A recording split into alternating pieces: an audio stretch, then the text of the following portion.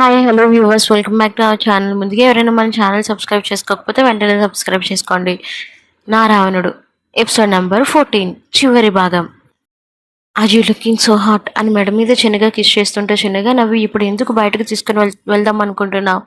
తప్పవు కదా, నల్లపూసలు కావాలన్నా దాన్ని షాపింగ్ చేయడానికి వెళ్దాం అని అనడంతో, కానీ అది ఏదో మాట్లాడిపోతున్న తను చూస్తూ ఎంత మాత్రం పట్టించుకోకుండా చిన్నగా తనని వదిలి రెడీ అయ్యి క్షణాల్లో తన బండి మీద ఎక్కించుకొని తీసుకొని వెళ్ళిపోతున్నాడు. పెద్ద పేరు మోసిన షాపింగ్ మాల్కి నేజరుగా జ్యువెలరీ దగ్గరికి వెళ్ళి నల్లపూసల దండ కాలికి మెట్లు ప్యాక్ చేసుకొని అక్కడ నుండి తీసుకొని వెళ్ళిపోయాడు. ఏమాత్రం ఆగకుండా సెలెక్ట్ చేసుకుంటే మార్కును అనలేదు. బదులుగా తను వెంట మౌనంగా వెళ్ళింది.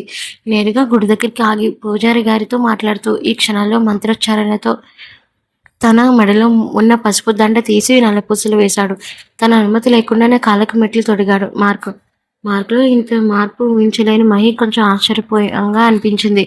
మెట్టలు తొడుగుతున్న మార్క్ని కన్నీళ్లతో తన వైపు చూస్తుంటే.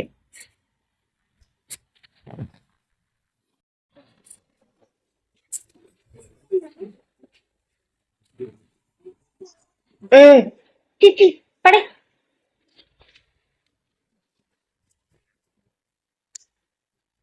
పడే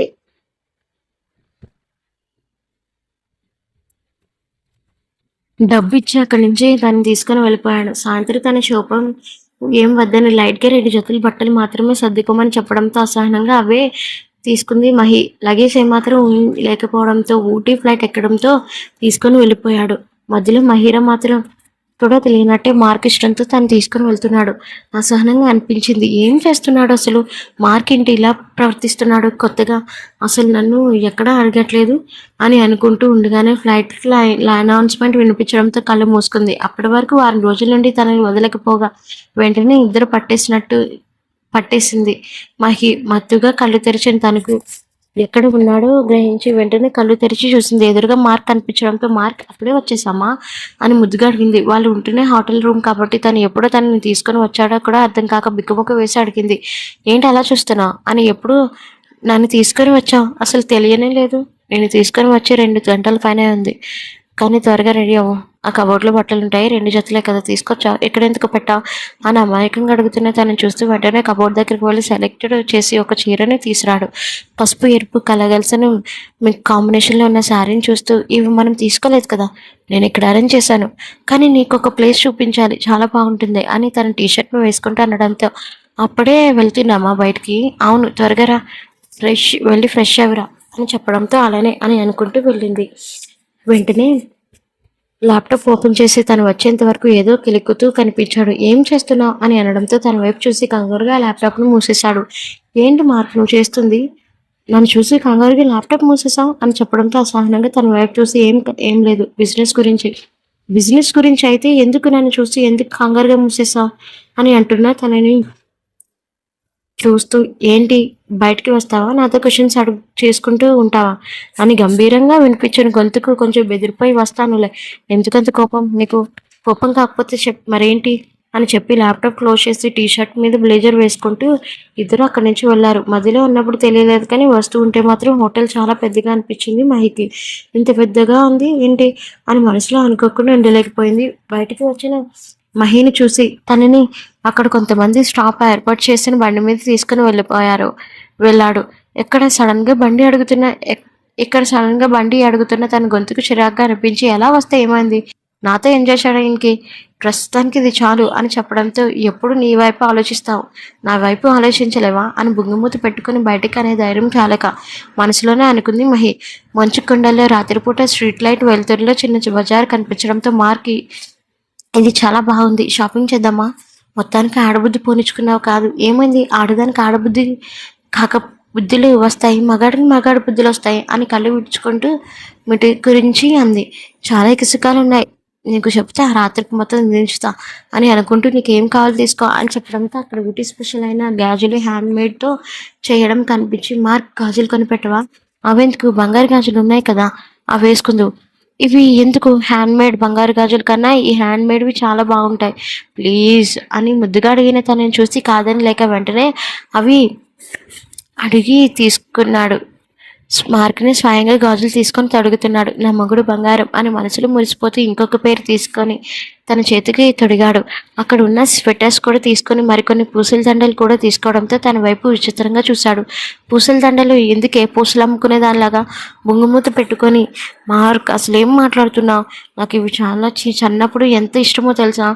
కోర్స్ ఇప్పుడు కూడా ఇష్టం దొరికితే నేను కొనుక్కుందామని చాలా ఎదురు చూస్తాను, కానీ అవకాశం నాకు దొరకలే లేదే అని చిన్నగా అంటున్న తను చూసి నిట్టూర్పు విడిచి సరే తీసుకో అని చెప్పడం ఆలస్యం. వదిలేసిన పూసల దండలు నేను మళ్ళీ తీసుకుంది. పాపం 2 సంచుల నిండా షాపింగ్ చేసి మార్క్ చేత సక్సెస్ఫుల్గా ఖర్చు పెట్టించి ఆకలి వేస్తుంది అని అనడంతో ఇంకా ఆకలి ఒకటే బ్యాలెన్స్ అనుకున్నా. అది కూడా ఇక్కడ దగ్గరలోనే ఊటీ స్పెషల్ ఐటమ్స్ ఉంటాయి అని చెప్పడంతో తనతో కలిసి బయలుదేరింది మహి.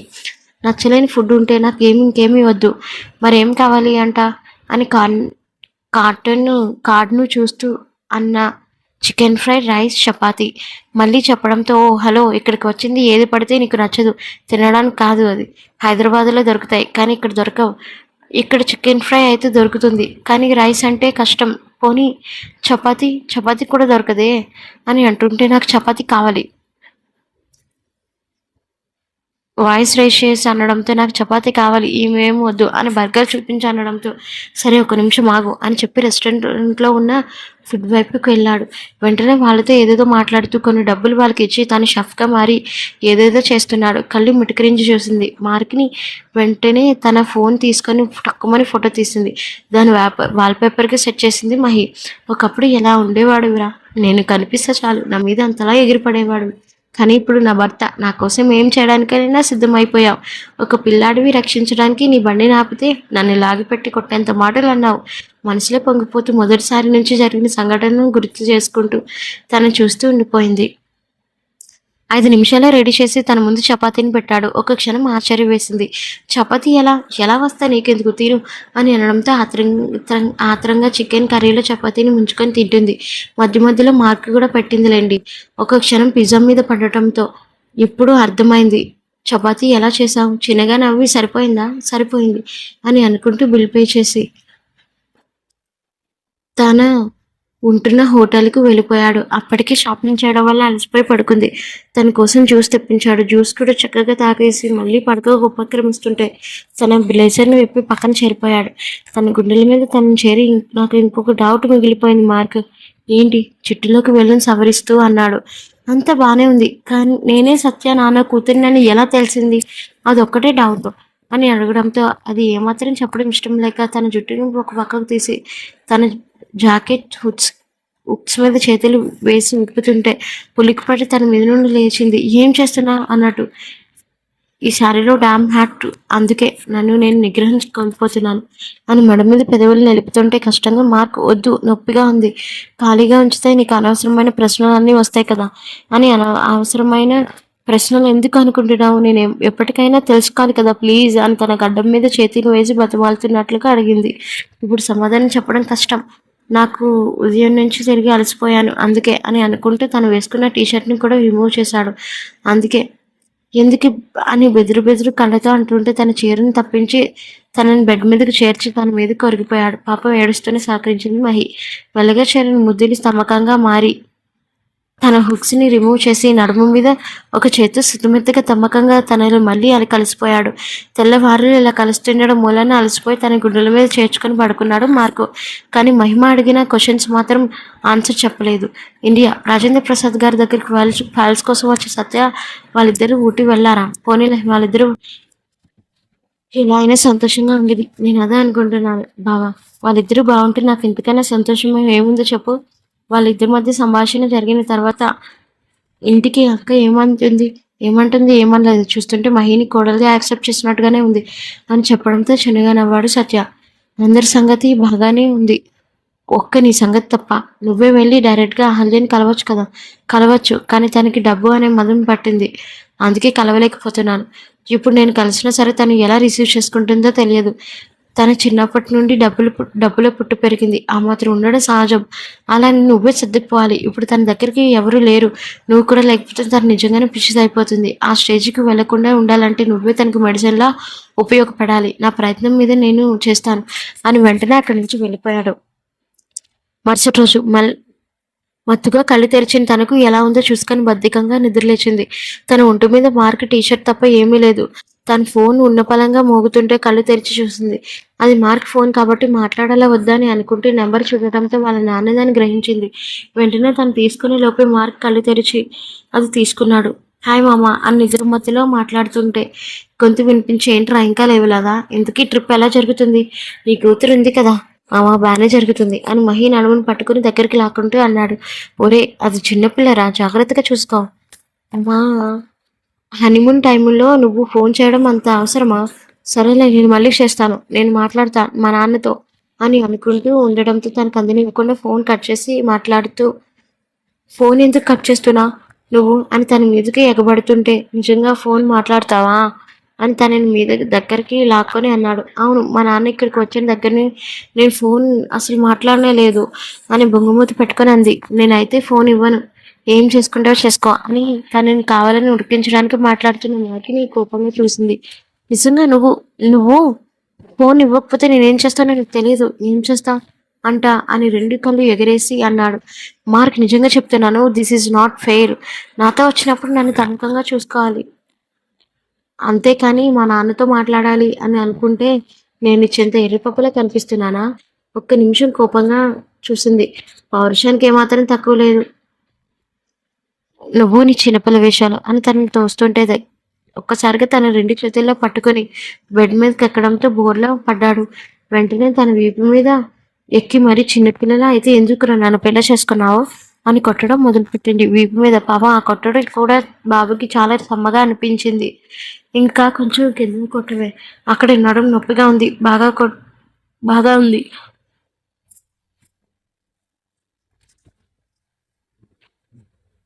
అసలు రాత్రి డ్యూటీలు చేస్తున్నాను కదా అని చెప్పడంతో కోపంగా అనిపించి ఇంకా రెండు పిడిగుద్దులు గుద్దుతుంటే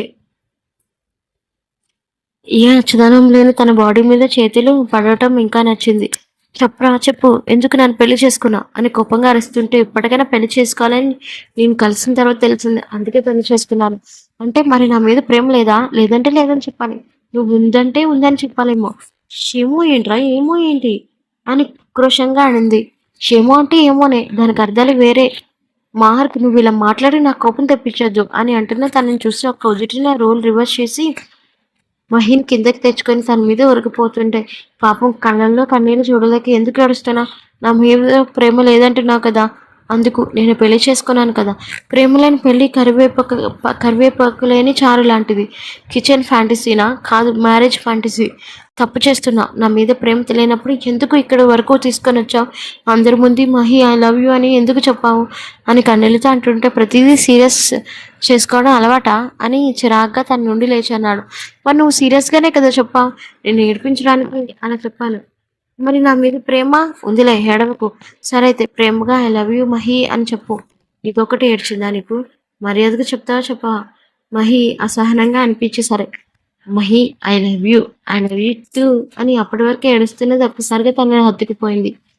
ఫ్రెష్ అయ్యి ఇద్దరు కలిసి హిమాలయ పర్వతాల దగ్గరికి వెళ్ళారు. టీవీలో చూడడమే కానీ చాలా అంటే చాలా బాగుంది మాకు, అందుకే నేను ఇక్కడికి తీసుకొని వచ్చాను. నచ్చింది కదా? చాలా అంటే చాలా నచ్చింది, నాకు తెలుసు నీకు నచ్చుతుందని అని చెప్పడంతో కపుల్స్ లాక్ దగ్గరికి వెళ్ళారు. వాళ్ళిద్దరు కలిసి అక్కడ కొంతమంది ఒక కరెంటు స్తంభం లాంటిది ఎక్కడానికి ప్రయత్నం చేస్తున్నారు. ఎందుకు అలా చేస్తున్నారో అర్థం కాక ఒకరి ముఖాలు ఒకరు చూసుకొని ఒక పెద్ద ఆవిడ దగ్గరికి వెళ్ళారు. ఎందుకు అలా చేస్తున్నారు అడిగితే, అది లవ్ టవర్ అమ్మా. పూర్వం అక్కడ కొంతమంది జంటలు వాళ్ళ ప్రేమను సక్సెస్ చేసుకోవడానికి ఇది ఎక్కితే వాళ్ళ ప్రేమని అంత కష్టంగా ఉన్నా సరే ఫలిస్తుందని చెప్పారు. ఆచార్య ఇప్పటికీ ఇక్కడ ఉంది. ఇప్పటికి వచ్చి ఒక 500 మంది తప్ప ఎవరు ఎక్కలేకపోయారు.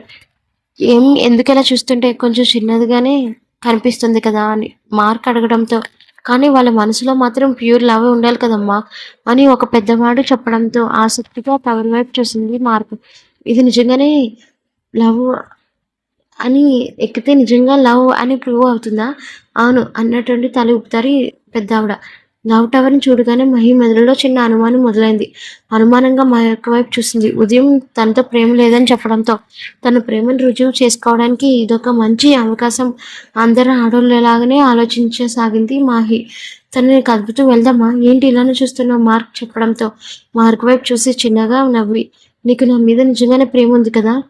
ఇప్పుడు ఎందుకు ఎందుకు ఇప్పుడు అడుగుతున్నా అనుమానంతో అడిగాడు. మార్క్ అది కాదు అని ఏదో అనబోతుంటే నా మీద నీకు అనుమానం మొదలైంది కదా! అని సూటిగా తన వైపు చూసన్నాడు. నిజానికి తనది అనుమానమే కాదు కన్ఫర్మ్ చేసుకోవడానికి కూడా ఇంత సడన్‌గా మార్క్ చూపుకి తడబడి అర్థం కాక చిన్నగా తల ఊపింది. ఒక్క క్షణం 2 చూపులు కలుసుకున్నాయి. వెంటనే తనని పట్టించుకోకుండా లాక్ టవర్ దగ్గరికి వెళ్లి టోకెన్స్ తీసుకొని ఎక్కడానికి చేస్తుంటే అది గమనించిన మహి కంగారుగా మార్క్ నేనేదో సరదాగా చెప్పాను అని అంటున్నా తనని చూస్తే నమ్మకం లేని చోట ప్రేమనే కాదు. నీకు నమ్మకం కుదరాలంటే ఇది తప్పదు కదా! అని తన వైపు చూడకుండా మనసులో వరుసలో నిలబడుతుంటే మార్క్ అది కాదు. ఒకసారి అటువైపు చూడు చాలా మంది జారిపోతున్నారు. నిజమైన ప్రేమ కాదేమో అని కానీ నాదలా కాదు కదా! నాది నిజమైన ప్రేమ. ఇప్పుడు నేను నీ డౌట్‌ని క్లారిఫికేషన్ చేయకపోతే ఖచ్చితంగా లైఫ్‌లో నేను క్షమించుకోలేను అని కోపంగా తన వైపు చూసి తన వంతు రావడంతో షూస్ వేసుకుంటూ తన జాకెట్ కూడా ఇవ్వడంతో అది వేసుకుంటూ అన్నాడు. ఏదో మాట్లాడుతున్న తన వైపు మాట్లాడకుండా మెట్లు ఎక్కి టవర్ దగ్గరికి వెళ్తున్నాడు. తన వైపు ఏమాత్రం చూడకుండా అసలు తనే లేదని పట్టించుకోకుండా మార్క్ వచ్చేసేయ్ ప్లీజ్ ఇంకెప్పుడు నీ ప్రేమని నేను కించపరచను అని కన్నీళ్లతో ప్రాధేయపడింది. అయినా అతని వైపు చూడకుండా ముందుగా ఉన్న టవర్‌ని ఎక్కడానికి ప్రయత్నం చేస్తున్నాడు. అది కొంచెం జారుడుగా కూడా ఉండడంతో మహి మీద ప్రేమను తలుచుకుంటూ ప్రారంభిస్తున్నాడు. అది చూస్తే నిజంగానే జారిపోతుంది. వెంటనే అదేం పట్టించుకోలేని మార్క్ జిమ్ బాడీ కావడంతో ఒక్కొక్కటి కింద ఉన్న మహి ప్రాణం విలువలాడి ఐఎమ్ సారీ నీ ప్రేమను నమ్ముతున్నాను అని చెప్తున్నా సరే వినకుండా ఎక్కుతున్న తనని చూస్తూ అరిచింది. అయినా తనని పట్టించుకోకుండా ఎక్కుతుంటే పైకి వచ్చిన తన కళ్ళు తిరగడం ప్రారంభించాయి. వెంటనే చెయ్యి లూజ్ అవ్వడంతో కిందకి జారిపోతున్నాడల్లా మహి గుండె ఆగిపోయినట్టుగా అనిపించింది. భయంగా అనిపించింది. ప్లీజ్ మార్క్ వచ్చేవా నా కోసం అని కన్నీళ్లతో బతిమాలుతుంటే తన గొంతు వినిపించి ఈవిల్ స్మైల్‌తో మధ్యలో గట్టిగా స్తంభాన్ని పట్టుకున్నాడు. వెంటనే అదే అవకాశంగా చేసుకోవడం 2 కాళ్ళను బలవంతంగా చుట్టి ఒక్కొక్కటి ఎక్కడం ప్రారంభించాడు. చివరి దశకు చేరుకోవడంతో పైనున్న జెండాను తీసుకొని రావడంతో కింద ఉన్న వాళ్ళందరూ ఆశ్చర్యపోయారు. ఈ మధ్య కాలంలో ఎవరు ఎక్కలేదు. కానీ ఇతను అలా ఎక్కుతుంటే అతని ప్రేమ నిజం కాకుండా ఎలా ఉంటుంది అని ఒక పెద్దావిడ మాట్లాడుతుంటే కిందకి దిగిన మార్క్‌ని చూసి వెంటనే కంగారుగా వెళ్లి హత్తుకుంది. పిచ్చోడా ఏం చేశావు అర్థమవుతుందా? ఒక్క క్షణం నీకేమైనా అయితే అని కన్నీళ్లతో అంటున్న తనని చూస్తూ నువ్వే కదా అన్నావు నా ప్రేమని ఏంటో చూడాలన్నా అందుకే దిగాను. ఎప్పుడైనా అర్థమైందా నాది ట్రూ లవ్ అని అనడంతో తన ఛాతీ మీద పిడిగుద్దులు గుద్ది ఐఎమ్ సారీ అని చెప్పింది మహి. అప్పుడే వాళ్ళకి విజయ పథకాలు రావడంతో లవ్ కపుల్స్ అని అనుకుంటే అక్కడే ఉన్న వాళ్ళకి కపుల్ డ్రింక్స్ ఇవ్వడంతో ఒకరినొకరు తొడుక్కున్నారు. నిజంగా సరదా అన్నాను. నువ్వే నా మీద జోక్ చేయడంతో నా మనసు తట్టుకోలేకపోయింది. అందుకే అని సంతోషిస్తుంటే తనని మరింత గట్టిగా హగ్ చేసుకున్నాడు. నాది నిజమైన ప్రేమ కాబట్టి అది దిగగలిగాను. ఇప్పుడైనా అర్థం చేసుకో పరిగెత్తుకుంటూ వచ్చి హగ్ చేసుకుంది మహి. ఇంకొకసారి ఇలాంటి పిచ్చి పిచ్చి పనులు చేయొద్దురా నేను ఏదో సరదాగా అన్నాను. నువ్వు మార్నింగ్ కదా నన్ను అంతలా ఏడిపించావు. అందుకే నేను ఏడిపిద్దామని ఇలాంటి నిర్ణయం తీసుకున్నాను తప్ప నేను నీ ప్రేమను కించపరచడం నా ఉద్దేశం కాదు. ఎందుకు నువ్వు ఇది అర్థం చేసుకోవడం లేదు అని కన్నీళ్లు పెట్టుకుంటున్న తనని చూస్తే చిన్నగా చిరునవ్వు నవ్వి విడిపించుకొని తన కన్నీళ్లు తుడుస్తూ నా మీద ఎప్పుడూ అయినా నమ్మకం కలిగిందా అని అంటున్నా తనని చూసి లాగిపెట్టి ఒకటి కొట్టింది. తనే నా హక్ చేసుకుంది. ఇద్దరు కపుల్స్ రింగ్స్ అక్కడున్న ప్రెసిడెంట్ టవర్స్ వాళ్ళకి ప్రెజెంట్ చేయడంతో అవి మార్చుకొని హోటల్ రూమ్ వైపు వెళ్తున్నారు. హోటల్ రూమ్‌కి వచ్చిన మహికి ఆ రోజు జరిగిన భయంకరమైన స్టంట్‌ని తలుచుకుంటుంటేనే గుండెలో ఆగినట్టుగా అనిపించింది. దాని తర్వాత నిజమైన మార్క్ ప్రేమికుడు అని మనసులో అనుకుంటూ ఎదురుగా ఫ్రెష్ అయ్యి వచ్చిన కండలు తిరిగిన బాడీని చూస్తూ ఒక్క క్షణం తడబడింది మహి. చిన్నగా నవ్వి తన వైపు చూశాడు ఏంటి అన్నట్లు. వెంటనే ఏం లేదు అని కష్టంగా చూపుని మరల్చి అని అనడంతో నా ప్రేమ నిజమే కదా అని వెటకారంగా అన్న తనని చూస్తూ మళ్ళీ అదే ఎందుకు తీస్తావు ఏదో సరదాగా సరదాగా అన్నాను అంతే. కానీ నేను సీరియస్‌గా తీసుకున్నానే అని ఒక ఐబ్రో లిఫ్ట్ చేసి అనడంతో సారీ అని చెప్తున్నాను కదా ఎందుకు సీరియస్‌గా తీసుకున్నావు? నీ సారీలే నాకు అక్కర్లేదు అని అంటున్న తనని చూస్తూ ఏడుపు ముఖం పెట్టింది మహి. పోనీ నేనేం చేస్తే నీకు కోపం పోతుందో చెప్పు. ఏం చేసినా పోతుందో నీకే వదిలేస్తున్నాను అని టీ షర్ట్ వేసుకుంటూ అనడంతో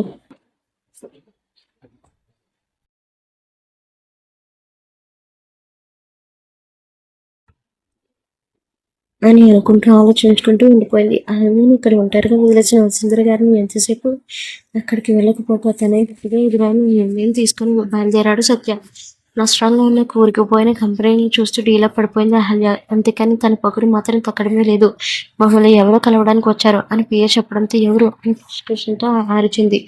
ఎవరియో సత్యదేవంట మేడం అని చెప్పడంతో ఒక క్షణం కనుబొమ్మలు ముడిచాయి. ఏం మాట్లాడుతున్నావు అని తనని చూస్తుండడంతో అవును సత్యదేవ్ గారంట అని చెప్పడంతో శిశువు తనకి నార్మల్ షర్ట్ టక్ చేసుకొని ముందుగా 42 ఏళ్ల వ్యక్తి అంటే ఎవరూ నమ్మరేమో కోపంగా అనిపించి పంపించుకు అని చెప్పడంతో అదే విషయం సత్యగారికి వెళ్ళి చెప్పింది. నేను 2 నిమిషాలు మాట్లాడి వెళ్ళిపోతాను, అదర్వైజ్ మీరు ఉండమన్నా ఉండను అని చెప్పడంతో అదే విషయం అహల్య గారికి చెప్పారు.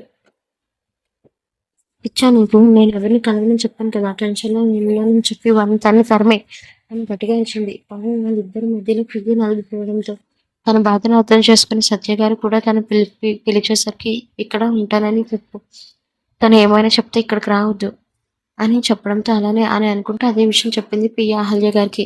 శ్రీ ఎంత సపని ఉంటాడా, అయితే ఉండరు అని కోపంగా ల్యాప్టాప్లో వర్క్ చేసుకుంటూ మధ్యలో చూపు సత్యగారి మీద వేసింది. అయినా తన పంతం కూడా విడకుండానే వర్క్ చేసుకుంటుంది. సమయం మెల్లగా గడుస్తున్న కొద్దీ రాత్రి అవుతుండడంతో సీసీ వైపు చూసిన తనకు ఉదయం నుంచి సత్య ఎలా అయితే ఉన్నాడు అలానే ఉన్నాడు. అసహనంగా అనిపించి పిఏకి చెప్పి తను రమ్మని చెప్పు అని చెప్పడంతో తన నిరీక్షణ ఫలించినట్టుగా సత్యాన్ని పిలిచిన పిలుపుకు తన ముందు ఎదురెదురుగా ఉన్నారు అహల్య సత్య. ఏంటి చూపు నా మీదకి వెళ్ళింది, నేను ఎలా ఉన్నాను చూడ్డానికి వచ్చారా? కూల్గా రియాక్ట్ అవుతూ నువ్వు ఎలా అయిపోతున్నావు చూసుకోమని వచ్చాను.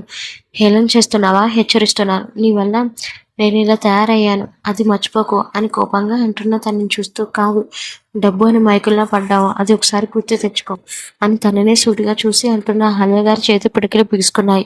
ఏం చేయాలో చెప్పు, అదే చేస్తాను, నీ కోపం పోవాలి అని బేలగా అంటున్నా తను చూస్తూ నువ్వేం చేసినా సరే నీ మీద నాకు కోపం పోదేమో, సారీ చెప్తున్నాను కదా అని మార్క్ దగ్గరికి వచ్చి బుజ్జిగా అడిగింది.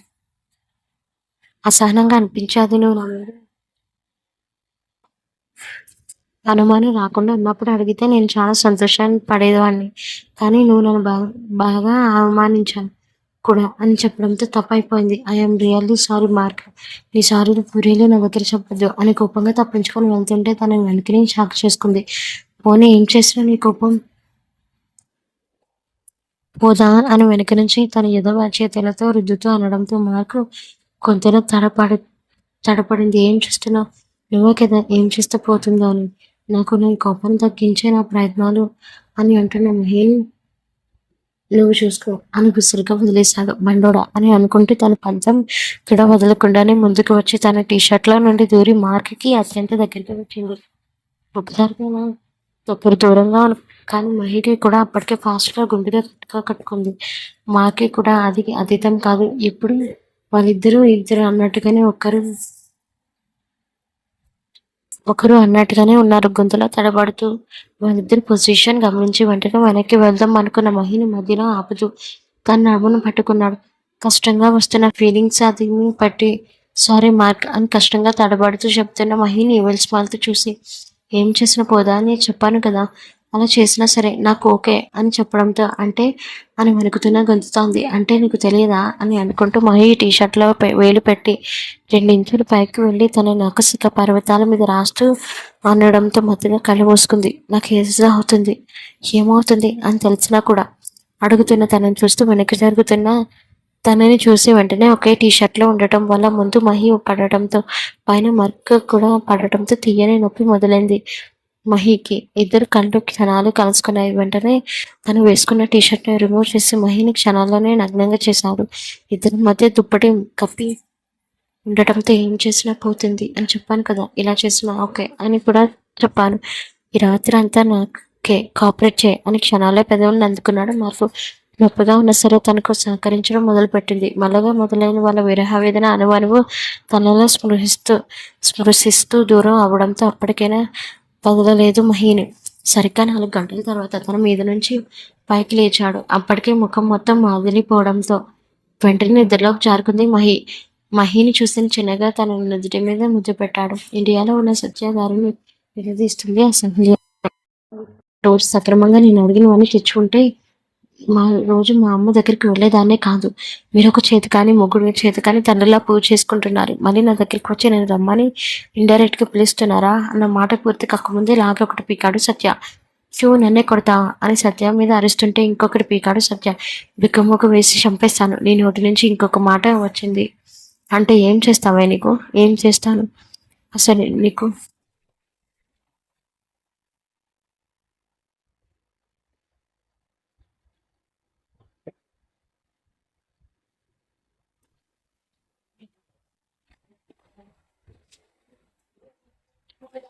అసలు మహి నీ కూతురేనా? మనిద్దరికి పుట్టిందేనా? మహిలో ఉన్న అనుభవ కూడా నీకు లేకుండా పోయింది కదే. నేను చూస్తుంటేనే నాకు అసహ్యంగా ఉంది. తనలో ఉన్న అందం అనుకో ఏమాత్రం అయినా ఉన్నాయా నీకు? పేరుకే కూతురు కానీ తన బుద్ధిలో ఒకటి కూడా నీకు రాకుండా పెరిగిన వాతావరణం తన మనసుకి ఎంత పవిత్రంగా ఉన్నాయో నీకు తెలుసా? అని కోపంగా అరుస్తూ, ఈ దెబ్బనే 30 ఏళ్ల కిందట నేను నిన్ను కొట్టుంటే ఈ రోజుకి నాతో కలిసి ఉండేదాన్ని. లాభం లేదు. నిన్నిక్కడి నుంచి బలవంతంగా సరే ఎత్తుకొని తీసుకెళ్ళమని వెళ్లాల్సిందే అని 2 చేతులు పట్టుకొని బలవంతంగా లాక్కెళ్ళిపోతున్నాడు సత్యం. మర్యాదగా వదులు అని కోపంగా అరుస్తుంది. అప్పటికే సత్య పట్టుకున్న చేతికి నొప్పి రావడం చూసి ఏమాత్రం పట్టించుకోకుండా తీసుకుని వెళ్ళిపోతున్నాడు. ఏం చేస్తున్నావు? వదులు అని కోపంగా అరుస్తున్నా సరే తనని ఏమాత్రం పట్టించుకోకుండా వెంటనే ఒక చేత్తో ఫోన్ తీసుకొని వసుంధర గారికి విషయం చెప్పి, మీరేమన్నా అనుకోండి, నేను దీన్ని రోజు ఇక్కడి నుంచి తీసుకొని వస్తానని, ఏమైనా చేపని మీరు అరేంజ్ చేయగలుగుతారా అని ఫోన్లో అంటున్న తను చూస్తూ కుతుకుతూ ఉడికిపోయింది. నేను రానని చెప్తున్నాను కదా, ఎందుకు నన్ను బలవంతంగా చేస్తా? I will complete the police అని కోపంగా అరుస్తున్న తనని పట్టించుకోలేదు సత్య. ఐ డోంట్ కేర్ అని అనుకుంటూ లాక్కొని వెళ్ళిపోతుంటే పక్క నుంచి పిఎస్ స్టాఫ్ అందరూ ఆశ్చర్యంగా చూశారు. ఇండియాలో ఉన్న వసుంధర గారు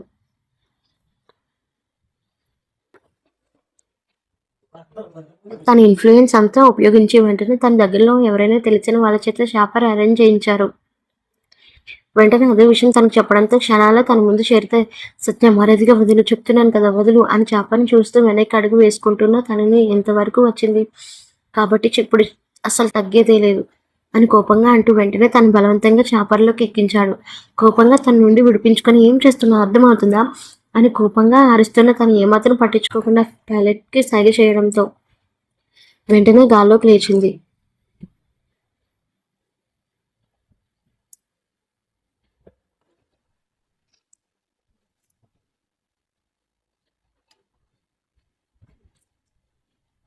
ఇంటికి ఇంటికి పోతాను అని కోపంగా దిగిపోదామని ప్రయత్నించిన తనకి అప్పటికే ఫ్లైట్ గాల్లోకి లేవడంతో అసహనంగా అనిపించి పక్కనే ఉన్న చైర్లో కూర్చుంది. ఎందుకు నన్ను తీసుకుని వెళ్తున్నా? ఇప్పటి వరకు గుర్తురాని నేను గుర్తుకొచ్చానా? చూడ, ఎంతైనా ఇప్పటికీ నేను ఒక మాట మీద ఉంటాను. ఎప్పుడు కూడా అదే మాట మీద ఉన్నాను. నా మీద మోజుతో నన్ను తీసుకొని వెళ్తున్నావా అని అన్న మరుక్షణం సత్య చేతిలో చెంప పగిలింది. నా కూతురి మీద ప్రేమతో నేను తీసుకొని వెళ్తున్నాను. నువ్వు అదే కలిసి కట్టుగా ఊరేగండి. మధ్యలో నన్ను వదలండి. లేదా నా మీద మనసు పుట్టిందా అన్న మాట పూర్తి కాకముందే ఇంకొకటి పీకాడు. నా మీద కొట్టడం 4వసారి. అంతకు ముందు 2 సార్లు కొట్టిన దెబ్బలకే బిక్క చచ్చిపోయిన తను ఇప్పుడు 4వసారి కూడా దెబ్బ తినడంతో బిక్కుబిక్కుమంటూ దూరంగా వెళ్ళి కూర్చుంది. ఈ దెబ్బ 30 సంవత్సరాల క్రితం నీ కొట్టుంటే ఇప్పుడు ఇలా ఉండేదాన్ని కాదు అని తన షర్ట్ని సరిచేసుకుంటూ తన ఎదురుగా కూర్చొని కోపంగా తనని చూస్తూ అన్నాడు సత్య.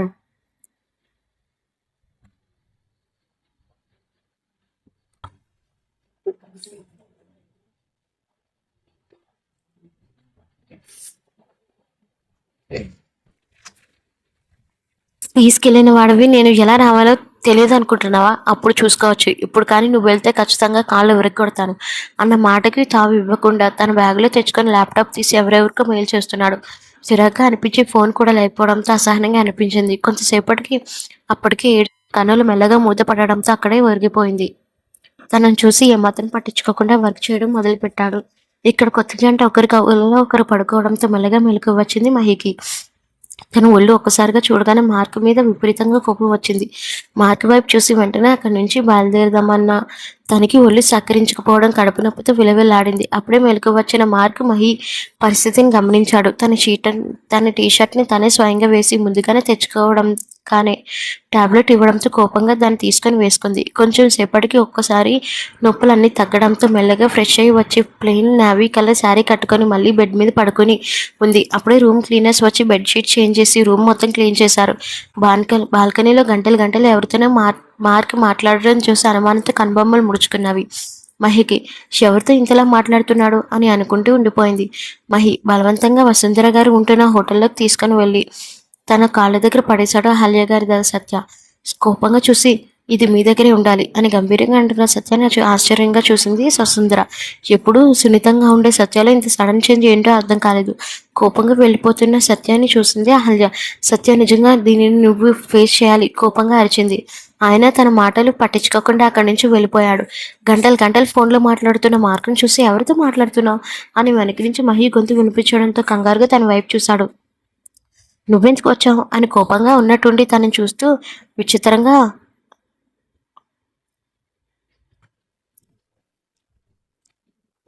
అదేం ప్రశ్న, నువ్వు నా పక్కన లేవని వచ్చాను తప్ప అని అంటున్న తనని చూసి,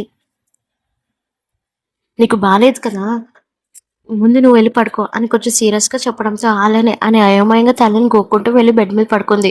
తను అలా పడుకోవడంతో తన పక్కనే పడుకున్నాడు. మధ్యరాత్రిలో తను లేచి ఒక్కసారిగా మహిరాని చూడటంతో గాఢ నిద్రలో పడుకొని కనిపించడంతో వెంటనే బ్లేజర్ వేసుకొని అక్కడే బండి ఏర్పాటు చేయడంతో అది వేసుకొని వెళ్తున్నాడు.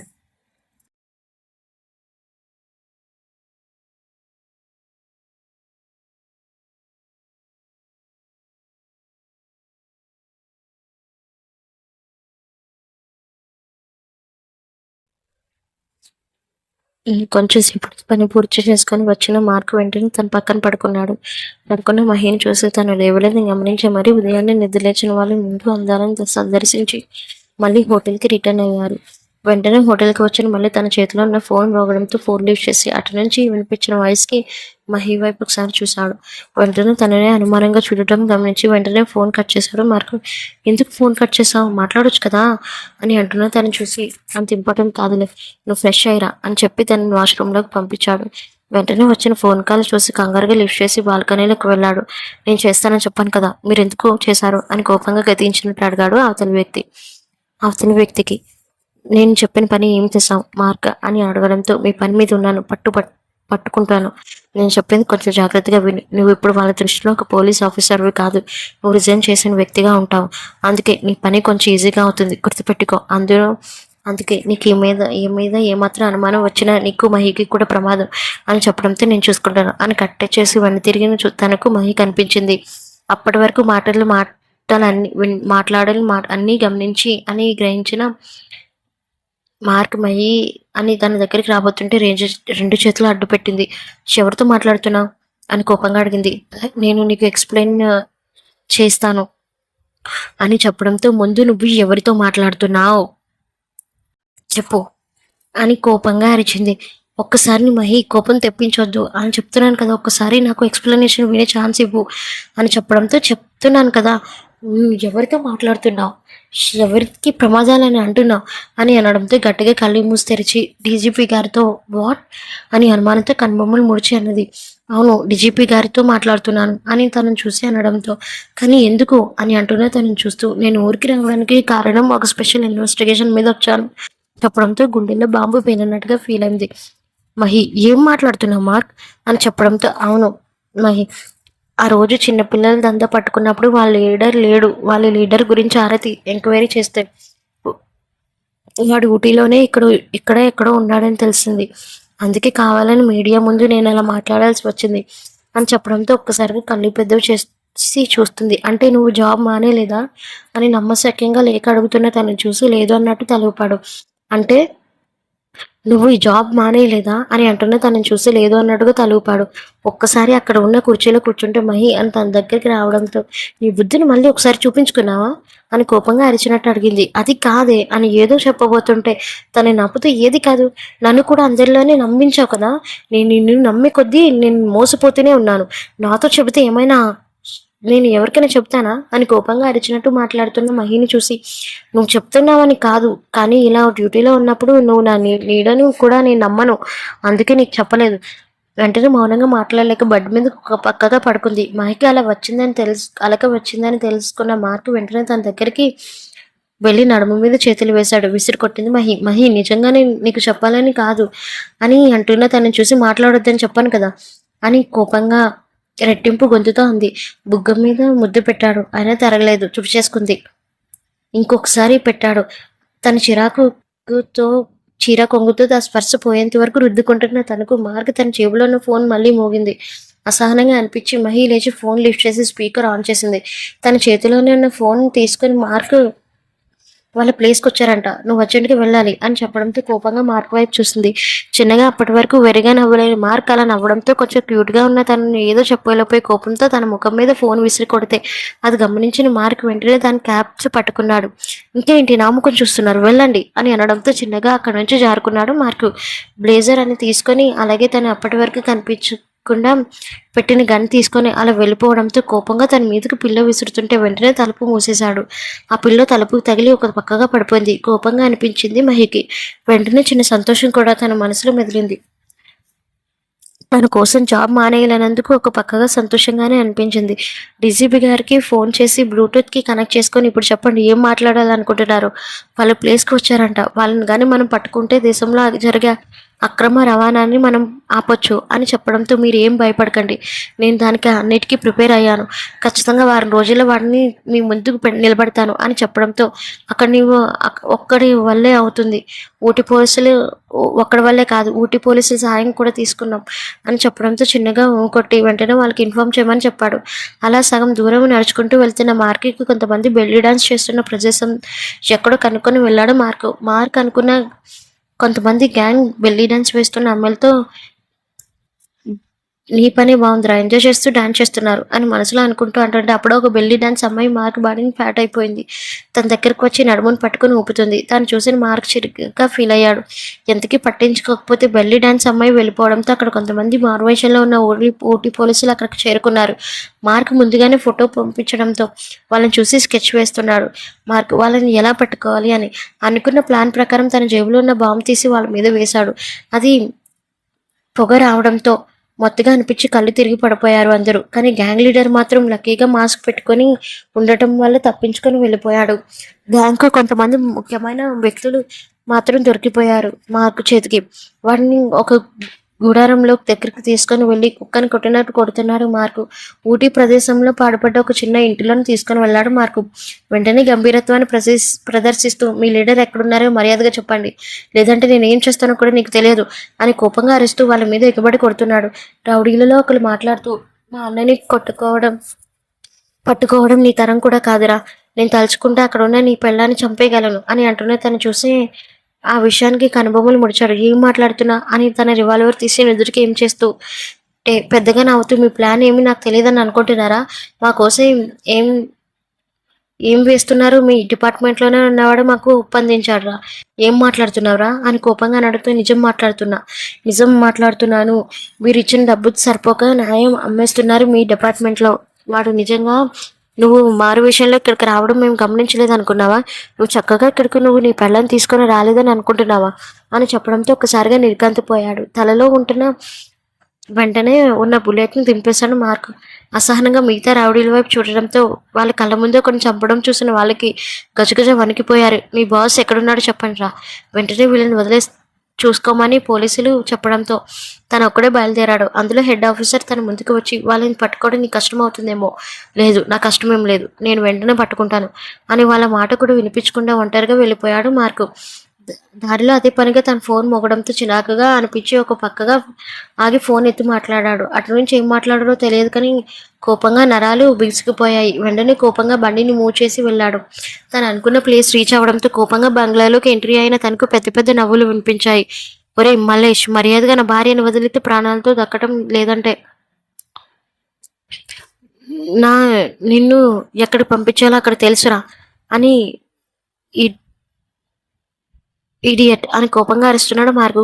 కూల్ అని అనుకుంటూ మెడలో లావుగా ఉన్న చైన్తో సూట్తో పొట్టతో ఒక వ్యక్తి రావడం గమనించాడు. ఎందుకు అలా అరుస్తావు, నీకు ఈ ప్లేస్కి రావడానికి నేను ఎంత కష్టపడ్డానో తెలుసా, ఇలాంటి వాళ్ళని ఎంతో మంది చంపితే కానీ ఈ ప్లేస్కి నేను రాగలుగుతాను నీకు తెలుసా, కానీ నువ్వు నన్ను పట్టుకుందామని నేను చేసిన దందాన్ని అంత ఆపేయాలని చాలా నిర్ణయం తీసుకున్నావు కదా, అంత ఈజీగా ఎలా వదిలేస్తాను అని కోపంగా అరుస్తూ మీదకి వస్తుంటే జాగ్రత్తగా తప్పించుకొని మర్యాదగా నా భార్య ఎక్కడుందో చెప్పరా, లేదంటే నీ ప్రాణాలు తీస్తాను.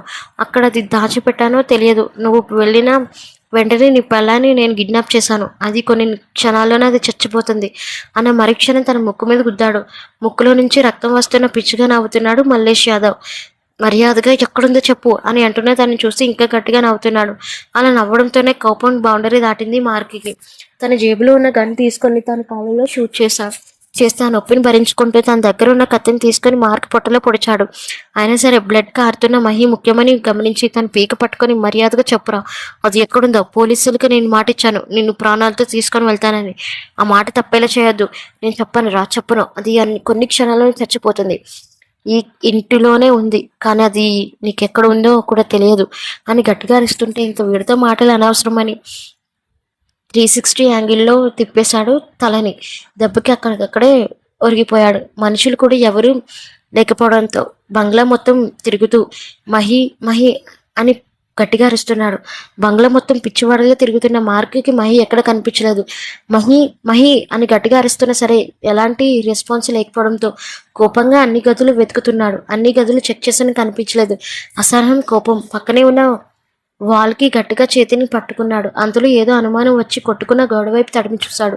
ఇటుకలతో చేసింది ఒకలా ఉంటుంది సౌండ్ అని మనసులో అనుకుంటూ అన్ని గోడలు చెక్ చేస్తున్నాడు. అయినా సరే తనకి ఎలాంటి భావం కనిపించకపోతే అసహనంగా కాళ్ళని గట్టిగా తన్నుతున్నాడు. టైల్స్తో అది చేసినది అని గుర్తుకు వచ్చి ఒక్కసారిగా మెదడులో ఏదో ఆలోచన వచ్చి వెంటనే ఇంకొకసారి దాన్ని నుంచిన ప్రదేశాన్ని తన కాళ్ళతో బలంగా తొక్కాడు. లోపల ఒక రూమ్ ఉన్నట్టుగా అనిపించి ఒకసారి దాని కింద ఉన్న మ్యాట్ని తీసి చూశాడు. మొత్తం టైల్స్తో ఉన్న ఒక టైలు మాత్రం విచిత్రంగా అనిపించింది.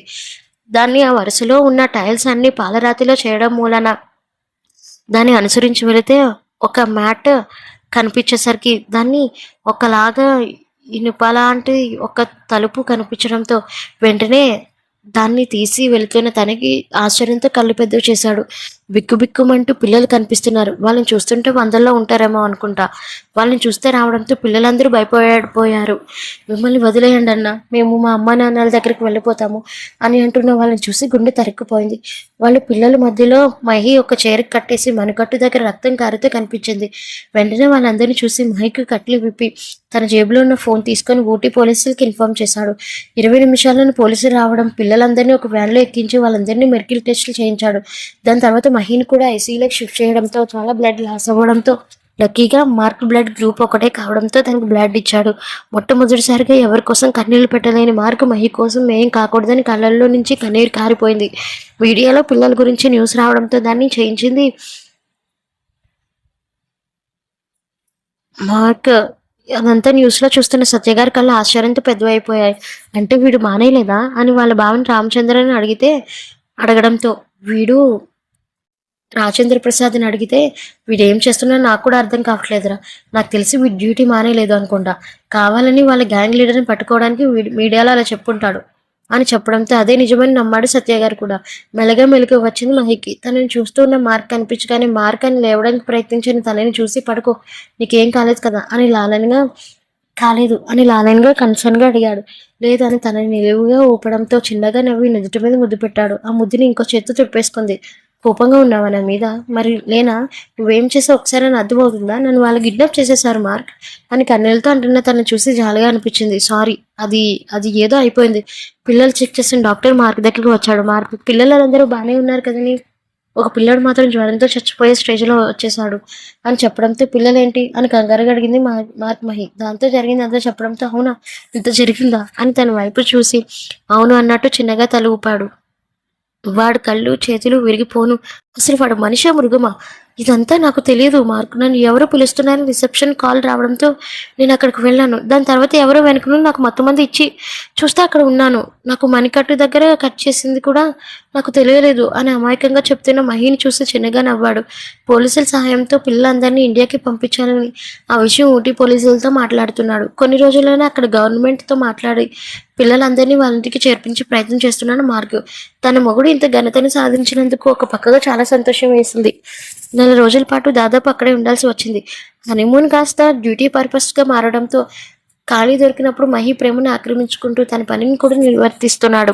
ఎంతో మంది పిల్లల్ని కాపాడి ఇండియాకి తెప్పించిన మార్కీకి గిన్నిస్ బుక్ అవార్డు కూడా రావడంతో సంతోషంగా అనిపించి అవార్డు తీసుకుంటూ నా సంతోషం అంతా నా భార్య మహి అని పొగిడి ఫైనల్గా ఇంటికి చేరుకోవడానికి సిద్ధమవుతున్నారు.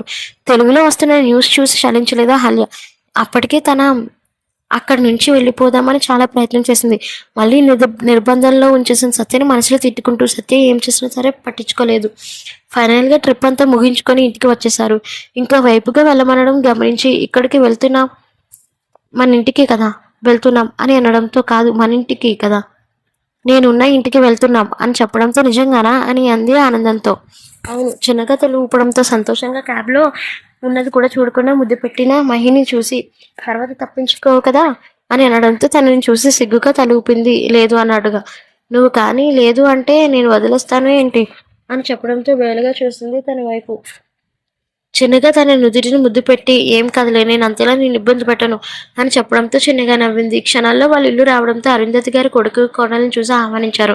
సత్య గారు అక్కడే ఉండడంతో చాలా రోజుల తర్వాత వాళ్ళు నాన్నని చూసిన మహి వెంటనే కరిచిపోయింది. నాన్న అని అనుకుంటూ ఎలా ఉన్నావు నాన్న అని అనడంతో అడిగిన తనని చూసి బాగానే ఉన్నాను నాన్న, మార్క్ గురించి ఏమో అనుకున్నాను కానీ నిజంగా వాడు అసలు కూడా చెప్పలేదు, ఎంతోమంది పిల్లల్ని కాపాడాడు అని అనడంతో చిన్నగా నవ్వింది తన భర్త గురించి గొప్పలు విని. కానీ అదంతా పట్టించుకోలేని మార్క్ తను ఫ్రెష్ అవ్వడానికి రూమ్లోకి వెళ్ళిపోయాడు. మేనకోడలు తన కోడలు అయ్యేసరికి ఆనందం పట్టలేదు అరుంధతి గారికి. వెంటనే తన సోఫాలో కూర్చోబెట్టి తను గమనిస్తున్నారు. పుత్తడి బొమ్మలో అందంగా ఉన్న మహిరాని చూస్తూ ఇంటిపోవాలనిపించింది. ఏంటి అతయ్య అలా చూస్తున్నారు అని అంటున్న మహిని చూసి నువ్వు ఎంత అందంగా ఉన్నావో తెలుసా, నా దృష్టి తగిలేటట్టుంది అని అనడంతో ఏం మాట్లాడాలో తెలియక మౌనంగా ఉండిపోయింది. ఏంటమ్మా అలా ఉండిపోయావు అని అంటున్నా. తనని చూస్తే చిన్నగా నవ్వి మార్క్ బాధని అర్థం చేసుకున్న అత్తయ్య, అందుకే మౌనం అని అనడంతో అదంతా నా వల్లే అమ్మా అని అప్పటికే కన్నీళ్లు రుడంతో అదంతా మీ వల్ల ఎందుకు అవుతుంది అత్తయ్య, అప్పుడు మీ పరిస్థితి కూడా అలాంటిదే కదా, అప్పుడు డబ్బున్న వ్యామోహంలో మీరు కూడా పడిపోయి మార్కుని పట్టించుకోలేదు, తనని అలా వదిలేశారు, అందుకే తన మనసు ఎంత మొద్దుబారిపోయిందో.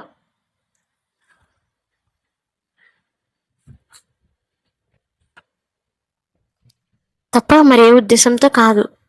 అంటే తనకు చాలా ఇష్టం, ఎంత ఇష్టం ఉన్నా నాతో మాట్లాడాలి కదా, మరి నాతో సరిగ్గా మాట్లాడలేదు, సంవత్సరాలు అయిపోయింది, కానీ వాడిపోతూ అనడంతో నేను మిమ్మల్ని తనతో ప్రేమగా మాట్లాడమని చేస్తాను, తర్వాత మీరు దగ్గరికి చేర్చుకునే బాధ్యత మీది అని అనడంతో చిన్నగా నవ్వింది. తను రెండు చేతులు పట్టుకొని నిజంగానా, నిజమే, నేను నా ప్రయత్నం చేస్తాను అని చెప్పడంతో మాయమ్మే నిజంగా నువ్వు మా ఇంట్లో ఉండడం అదృష్టం అని అనుకుంటూ ఉండగానే మహిళ అని గట్టిగా వినిపించని కొత్తకు ఒక్కసారి తుల్లిపడింది.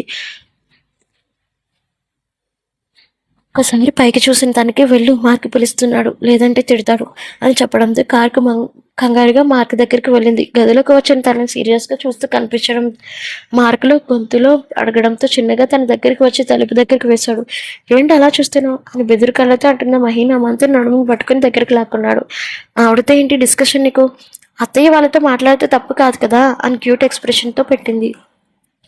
కానీ ఇక్కడ రూల్స్ అన్నీ వేరు, బయట ఉన్నట్లు ఉండొద్దు, నువ్వు నాతో మాత్రమే మాట్లాడాలి, అర్థమైందా, సత్యమామతో తప్ప, మరి మీ నాన్నగారు ఆయనతో మాట్లాడొచ్చు, ఒక్క ఆవిడతో తప్ప అని విసురుగా తనని వదలడంతో ఆవిడ మీ అమ్మ కదా, నాకు వరుసగా అత్తయ్య కూడా తనతో మాట్లాడితే తప్పేం లేదు కదా, ఇన్ఫ్యాక్ట్ తను చాలా మిస్ అవుతున్నట్టుగా నాకు అనిపించింది, ఒకసారి ఆవిడతో మాట్లాడితే తెలుస్తుంది కదా, మహిమ ప్రతిదీ అందంగా కనిపించాలని రూల్ ఏమీ లేదు, నువ్వు ఆవిడకి ఎంత దూరంగా ఉంటే ఇంకంత మంచిది, ముందు మాటలతో మైమరిపిస్తుంది, తర్వాత ఆవిడ చేష్టలతో విసిగించేలా చేస్తుంది, నీకు తెలియదు నేను ఆవిడ వల్ల ఎంత సఫర్ అయ్యాను,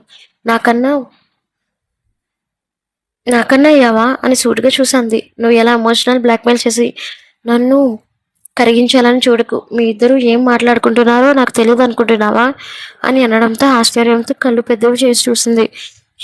ఎన్ని ప్లాన్లు వేసినా సరే నా దగ్గర పప్పులేం ఉడకవు, ఆవిడకి ఎంత దూరంగా ఉంటే నీకు అంత మంచిది, అలాగే నీకు నాకు కూడా మంచిది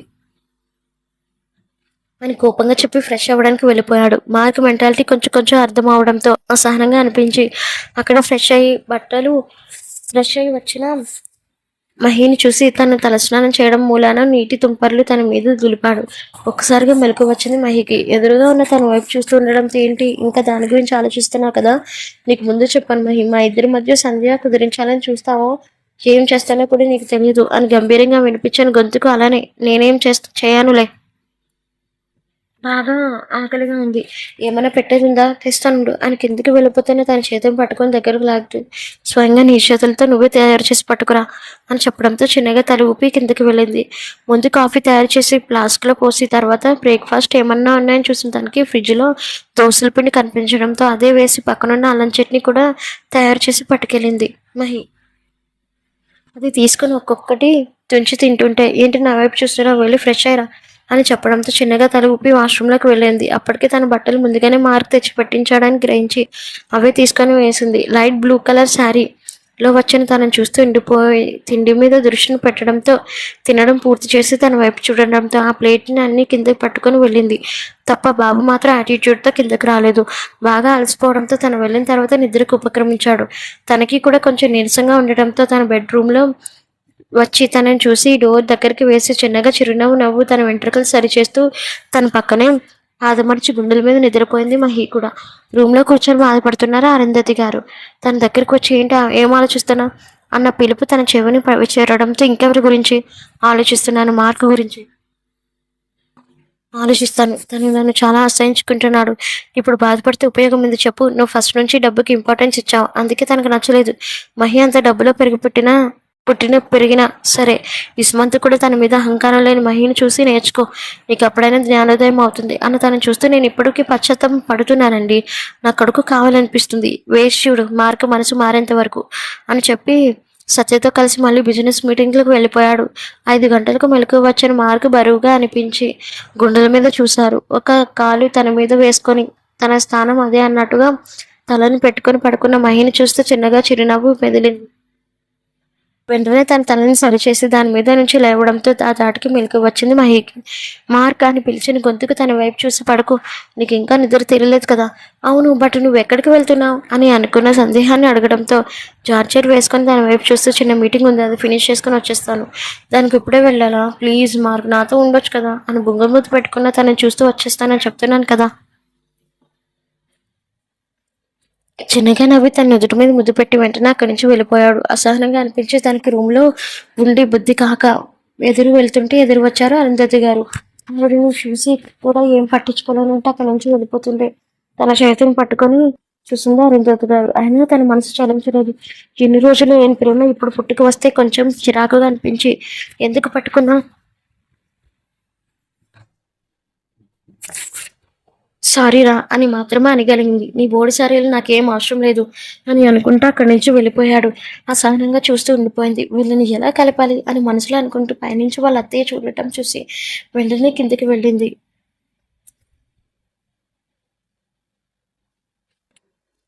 బాధపడకండి, మీ ప్రేమని ఒప్పుకుంటాడు మార్కు.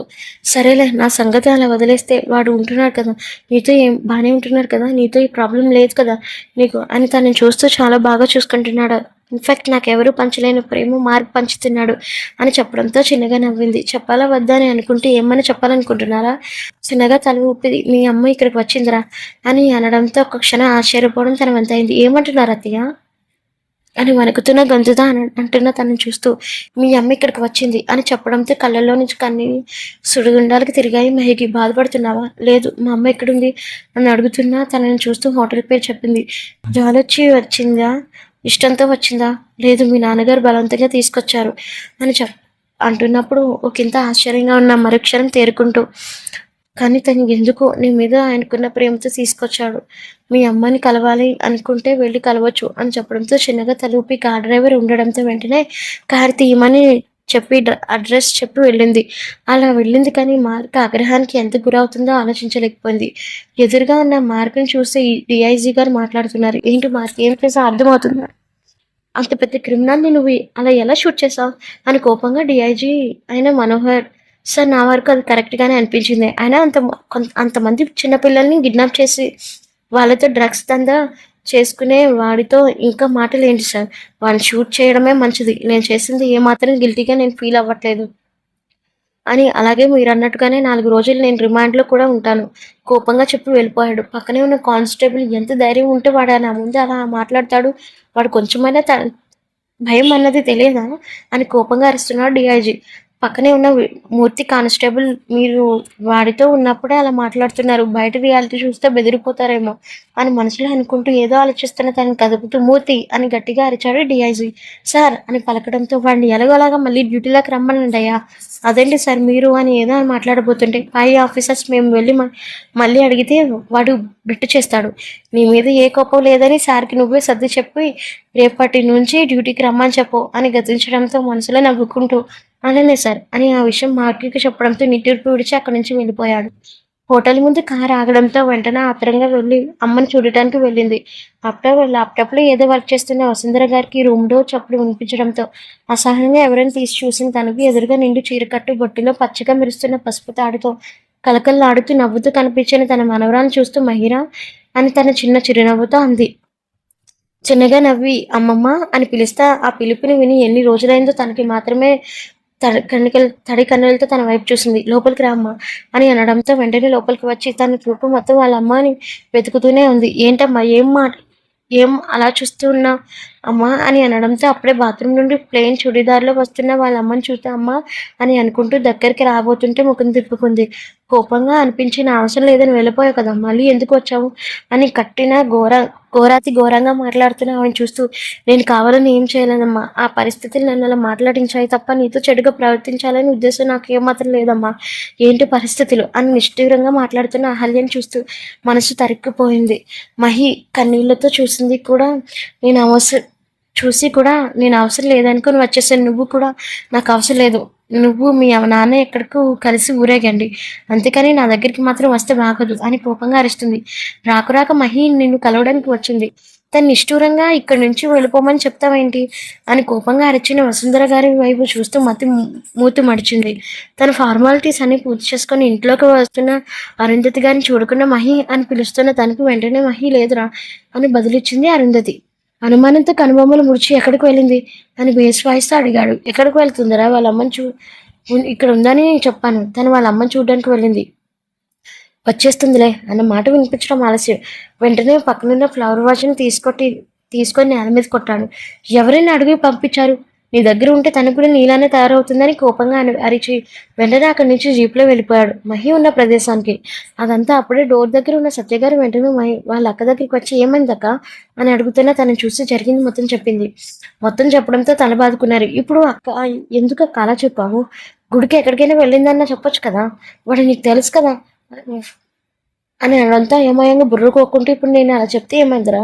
వాళ్ళ అమ్మ దగ్గరికి కదా వెళ్తానంది అని అనడంతో అయ్యా మహి మీద అహల్యకి కోపం అసలు అని అనడంతో అప్పటి వరకు తనకు తెలియలేని విషయం తెలియడంతో ఆశ్చర్యంతో కళ్ళు పెద్ద చేసి చూశారు.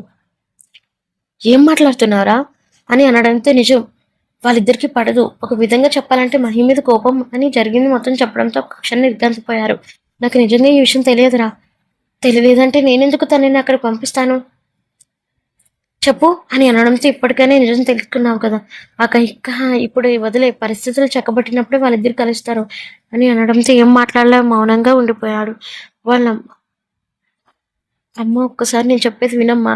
ఆ రోజు అలా మాట్లాడడానికి కారణం నేను దూరం చేసుకోలేక అలా మాట్లాడడం తప్ప వేరే ఉద్దేశంతో కాదు అని అంటున్న క్షణాన్ని నాకన్నా మార్క్ ఎక్కువైనప్పుడు ఇక్కడికి ఎందుకు వచ్చావు? వెళ్ళిపో, వాడితో ఊరేగు. అమ్మ ఆయన నా భర్త. అమ్మ భర్త అయితే ఏంటి? ఈ బ్లడీ భర్తలు ఉన్నారే, ఆడళ్ళ స్వాతంత్రానికి అడ్డు వస్తారు అనుకుంటా అన్న మాట పూర్తి కాకముందే డోర్ తెరుచుకొని శబ్దానికి ఉలిక్కిపడి చూసింది మహీరా. ఉగ్ర రూపంలో ఉన్నాడే మార్కు. ఎవరైనా చూసిన తనకి ఎదురుగా ప్రళయ రుద్రుడిలో మార్కు కనిపిస్తే ఒక అడుగు వెనక్కి వేసింది. మార్క్ అని అనుకుంటూ కంగారుగా తన ముందు వస్తున్న మహీరాని చూసి లాగి ఒకటి పీకాడు. అంతే క్షణం ఏం జరిగిందో తేరుకోవడానికి నిమిషం పడితే తన బుగ్గను పట్టుకొని ఎదురుగా చూస్తూ ఉండిపోయింది మహి. రే ఏం చేస్తున్నావురా నా కూతుర్ని అని అంటున్న వచ్చిన అహల్య గారిని అడ్డుకుంటూ ఒక చేతిని అడ్డుపెట్టి మాట్లాడు కదా అని కూడా చూడను, చంపేస్తా, యూ బ్లడీ బాస్టర్, నన్ను అంత మాట అంటావా అని అనుకుంటూ వస్తున్న తనని చూస్తూ వెంటనే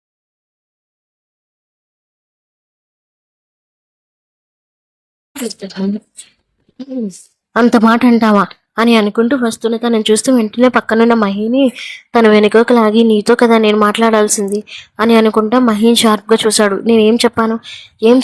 నువ్వేం చేసినా సరే నాకు తెలియాలని చెప్పానా లేదా అని గట్టిగా ఏడుస్తున్న తనని ఇంకొక ఏడుపు బయటకు వచ్చిందో అంతే అని గట్టిగా అరిచాడు. చిన్నగా అప్పుడే తన నోటి నుంచి వెక్కిలి రాకుండా చేతులు నోటికి అడ్డు పెట్టుకుంది. నువ్వు మా అమ్మలా తయారవుదాం అనుకుంటున్నావా? షికార్లకి మొగుడిని పట్టించుకోకుండా బయటకు వెళ్దామని చూస్తున్నావా అని అంటూనే తనని చూసి భయంగా లేదు అన్నట్టుగా తల అడ్డగా ఒప్పింది ఏడుస్తున్నాయి. రే దాన్ని ఎందుకు అలా భయపెడుతున్నావు? అందుకేనా అది నీ అమ్మి నీ వెంట వచ్చింది అని అరిచింది అహల్య. వెంటనే కోపంగా తన వైపు చూసి అత్త అని కూడా చూడకుండా, ఇందాకే చెప్పాను ఆ పరిస్థితి తెచ్చుకోకుండా ఉంటే నీకే మంచిదే. నేను ఇప్పుడు దీంతో మాట్లాడి అప్పుడు నీ దగ్గరికి వస్తాను అని కోపంగా అరవడంతో ఒక్కసారిగా వెనకడుగు వేసింది. వసుంధర గారు మాత్రం బొమ్మలా చూస్తూ ఉండిపోయారు ముగ్గురిని. చిన్నప్పటి నుంచి నువ్వు ఎలా ఉన్నావో ఎలా పెంచావో నీకన్నా పట్టించుకున్నది ఆ శృతిని. నువ్వు ఆవిడ అయినా ఏనాడైనా పట్టించుకుందా? కొంచెమైనా సిగ్గుండాలి. ప్రతిదీ మంచిదని పనికిరాదు. అందరూ నీలానే ఉండాలని అనుకోకు. కొంతమంది కూరల్లో విషయం ఉంటుంది, అది నీకు తెలియట్లేదు. అది కాకుండా నువ్వు ఏం చేయబోయావో తెలుసా? మళ్ళీ మీ అమ్మని నీ దగ్గరికి రప్పించుకోవాలని ఆశ పుట్టింది. అది కాదు, పుట్టించేలా చేసింది. ఆవిడ మనీ కన్నా మనుషులకి ఇంపార్టెన్స్ ఇస్తుంది. అది ఎందుకు అర్థం కావట్లేదు మహి? ఇక నుంచి నీకు నాన్న మాత్రమే ఉంటాడు తప్ప అమ్మ ఉండదు. ఇప్పుడు మనసుని కరిగించాలని ప్రయత్నిస్తే మాత్రం నీకే నష్టమవుతుంది. ఇంకొకసారి నాకు తెలియకుండా ఎవరినైనా కలవాలని చూసావో చంపి పడుకోబెడతాను అని గట్టిగా అరుస్తున్న తనని చూసి బెదిరిపోయింది మహి. ఏడుస్తూ అది కాదు అని అంటూ తనని చూసి మాట్లాడుకో. ఇక నేను ఏం జరిగినా సరే అది నీ మంచి కోసమే తప్ప వేరే ఉద్దేశంతో కాదని నీకు బాగా తెలుసు.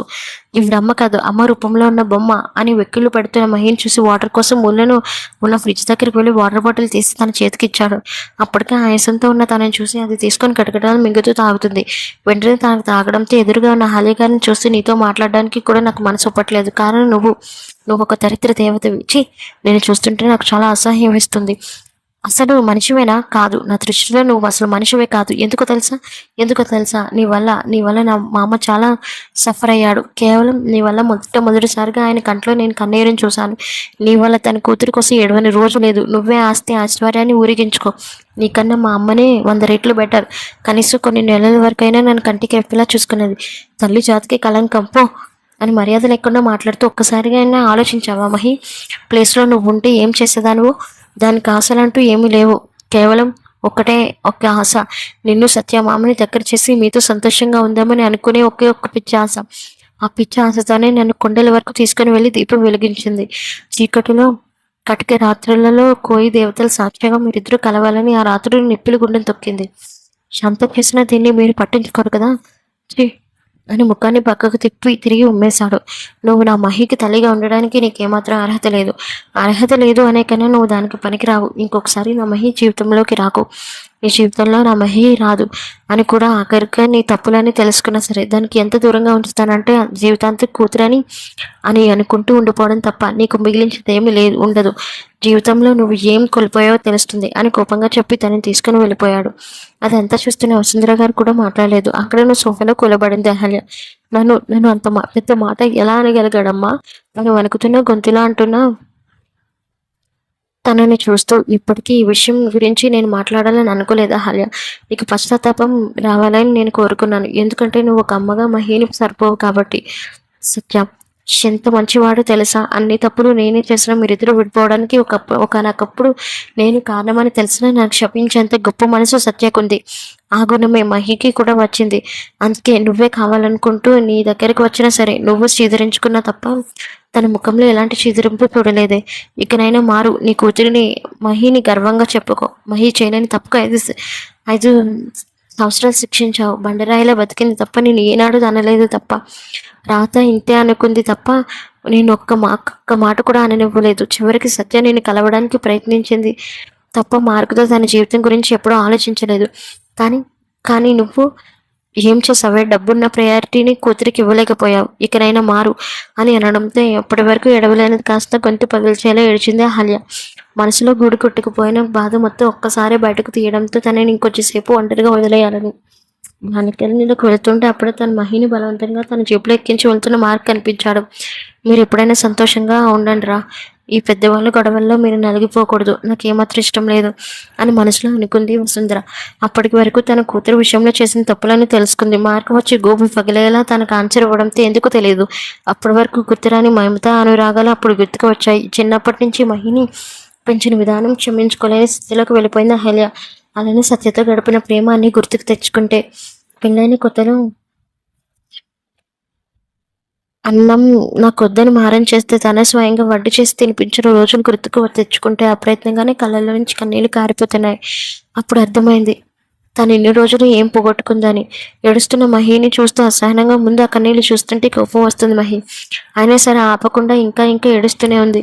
ఇంతకీ ఆపలేని మహిని కోపంగా చూస్తూ వెంటనే బీచ్ పక్కన ఉన్న ఒక దగ్గర ఆ బండిని ఆపి కోపంగా తన వైపు చూశాడు. వెక్కుతూ ఉన్న తనని చూస్తూ అప్పటికి చీకటి పడటంతో అక్కడ లైట్లు వెలగడంతో కన్నీటి బిందువులు ముత్యపు ఆకారాల్లో ఉన్న తన దృష్టిని ఆకర్షించి ఎందుకు ఏడుస్తున్నావు అని గంభీరంగా అడిగాడు మార్కో. అమ్మా అమ్మా అని గొంతు పిగిల్చుకొని అంటున్నా తనని చూస్తూ ఏంటి? వెంటనే రెండు చేతులతో నోటిని మూసుకుంది ఏమీ లేదన్నట్టుగా.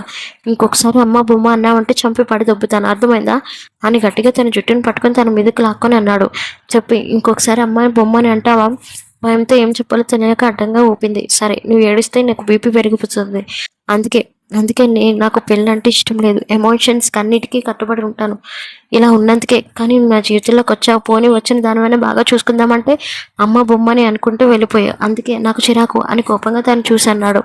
అప్పటికే మార్క్ బండిలో నుండి బయటికి దిగడంతో వెంటనే తను కూడా దిగి వెదురు కళ్ళతో తన వైపు చూస్తుంది. ఏంటి అలా చూస్తున్నావు? అలా చూస్తున్నావు ఏంటి అని దగ్గరికి కోపంగా అంటూ తన దగ్గరికి వచ్చాడు. ఏమీ లేదు అన్నట్టుగా తలదించుకొని అంది. ఎందుకు ఏడుస్తున్నావు అని గంభీరంగా అడిగాడు. వెంటనే తనకి ఏం చెప్పాలో తెలియక భయంగా ఉండిపోయింది తప్ప మాట్లాడలేదు. తన రిస్ట్ని పట్టుకుని ఎందుకు ఏడుస్తున్నా, ఐఎమ్ సారీ అని మాత్రమే చెప్పడంతో అసహనంగా అనిపించి తన పెదవులతో మార్క్ పెదవులు మూసేశాడు. క్షణకాలం తర్వాత తనను వదిలి నువ్వు ఏడిస్తే నేను చూడలేను.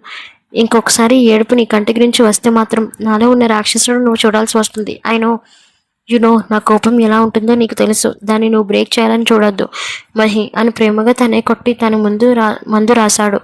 మీ అమ్మ నీ మీద ప్రేమ కలిగితే ఖచ్చితంగా నీ దగ్గరికి వస్తుంది, అంతేకాని నువ్వు వెళ్ళొద్దు అని మరొకసారి తన పెదవులను అందుకున్నాడు. ఒక్కసారిగా కరిగిపోయింది మహి కూడా. ఇంటికి వచ్చిన వాళ్ళందరినీ చూస్తే ఏదో మాట్లాడదామని ప్రయత్నించిన అరుంధతి కానీ షార్ప్గా చూసి అక్కడి నుంచి తను ఈడ్చుకు వెళ్ళిపోయాడు. కొంచెం బాధగా అనిపించిన తను కూడా ఏం మాట్లాడలేక మౌనంగా ఉండిపోయింది అరుంధతి. మరుసటి రోజు ఉదయాన్నే నిద్రలేచిన తను ఎక్కడుందో చూసుకొని మార్క్ గుండెల మీద ఉండటంతో ఒక్కసారి తనని పరీక్షగా చూసింది. నేను తన కోసం తన స్టాండ్ తీసుకోవడం నిలబడటంతో చిన్న చిరునవ్వు ముఖం మీద విరబూసింది మహికి. వెంటనే తనని చూసి లేవబోతుంటే తన పైకి లాక్కున్నాడు. అది ఊహించిన చర్య ఏమాత్రం కొంచెం బెదిరి మార్క్ గుండెల మీద పడింది. మార్క్ అని చిన్నగా పలుకుతుంటే తనని ఏమాత్రం పట్టించుకోకుండా చూసి ఒక్కసారిగా పెదవులను అందుకున్నాడు.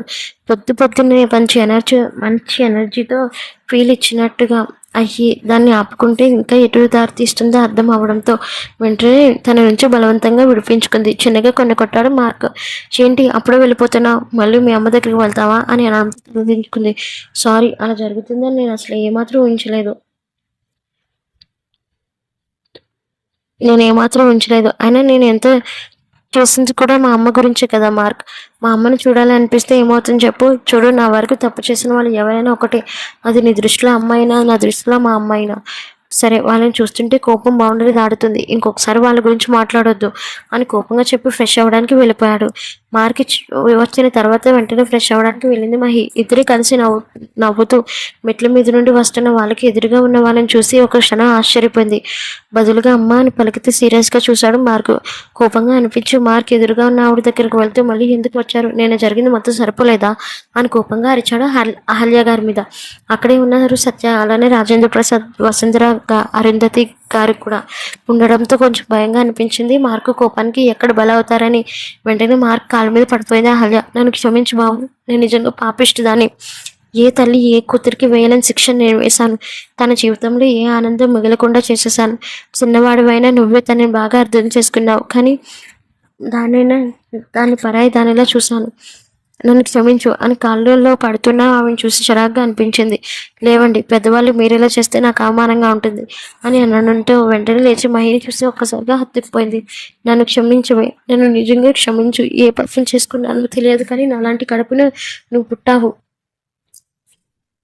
నేను నిన్ను అర్థం చేసుకోకుండా నా పంతాల మధ్య పెట్టాను తప్ప ఏనాడు నేను ప్రేమగా దగ్గరికి తీసుకోలేదు అని ఏడుస్తూ అంటుంటే జాలిగా అనిపించింది. తన భుజం మీద చేతులు వేసి వేయబోతున్న మధ్యలోనే చేతిని ఆపేసింది. గట్టిగా శ్వాస పీల్చుకొని వదిలి, నా భర్త నేను ఒకటేనమ్మా, నన్ను క్షమించమని నువ్వు అన్నావు. నా భర్తని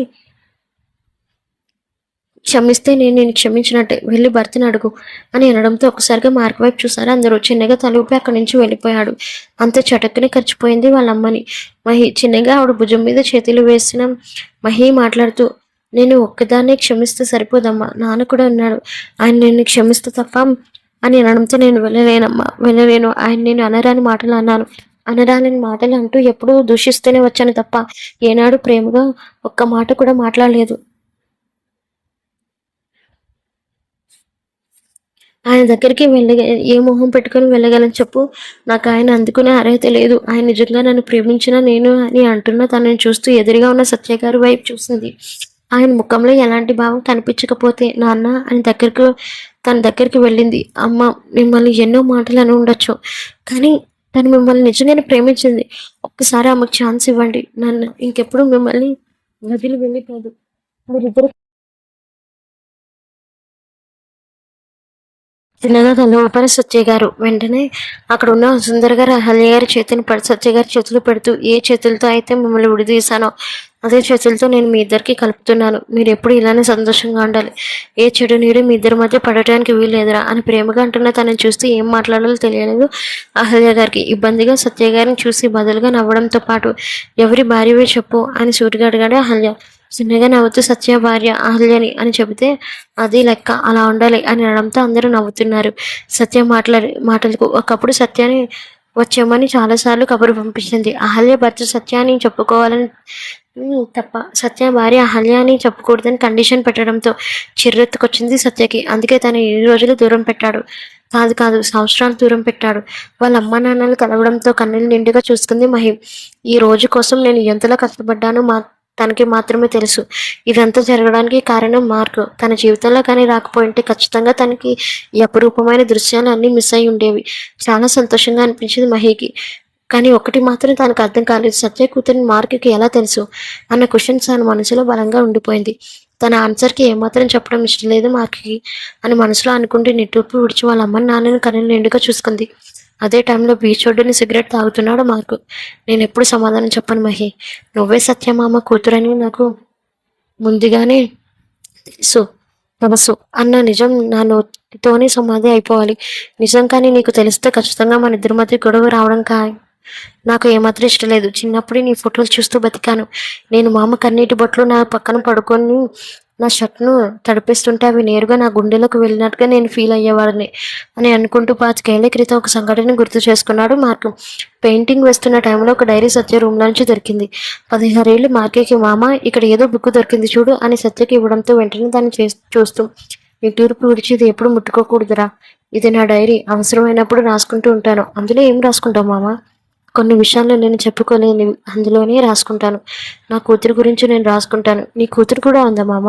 ఉందిరా అని ఫోటో తీసి చూపించడంతో 5 ఏళ్ళ వయసులో ఉన్న చబ్బీ చిక్స్తో, నిమ్మపండు రంగు కలర్లో ఉన్న గౌన్తో మెలమెల మెరుస్తున్న 2 పిలకలతో ఎంతో ముద్దుగా ఉన్న మహిని మొట్టమొదటిసారిగా చూశాడు మార్కు. సో ప్రిట్టి మామ, వేరీషి తను మాట్లాడుతున్న మాటలకి విరక్తి కలిగిన సత్య, తను లేదురా, తన వాళ్ళమ్మతో వెళ్ళిపోయింది. అవునా, మళ్ళీ ఎప్పుడు వస్తుంది? తెలియదు. లేదంటే తను రాదా మామ? వస్తుంది, కానీ మనం వెళ్ళి మీ అత్తతో గొడవపడి తనని తీసుకురావాలి. ఒకవేళ తీసుకొస్తే అని మరో ప్రశ్న అడగడంతో, తను ఎలా తీసుకురావడం మనకి సాధ్యం కాదురా, మధ్యలో లా అండ్ ఆర్డర్ ఉంది, అదే ఉంటేనే తప్ప మనం తనని తీసుకురాలేము. అలా తీసుకురావాలనుకుంటే ఏం చేయాలి? తన భర్త అయితే పెళ్లి చేసుకున్న వెంటనే తన వెంట వస్తుంది. అది కాకుండా పోలీసులు జాయిన్ అయ్యామనుకో, మీ అత్త నుండి మహిని తీసుకురావచ్చు అని చెప్పిన మాటలు గుర్తుకు వచ్చాయి మార్క్కి. సిగరెట్ పేలుస్తూ చిన్నగా నవ్వాడు. నువ్వెప్పటికీ నా దానివి మహి. చిన్నప్పుడు నేను వదులుకోకూడదని ఫిక్స్ అయ్యాను. క్షణం నీకు తెలియకుండానే నీ వెంట ఉన్నాను.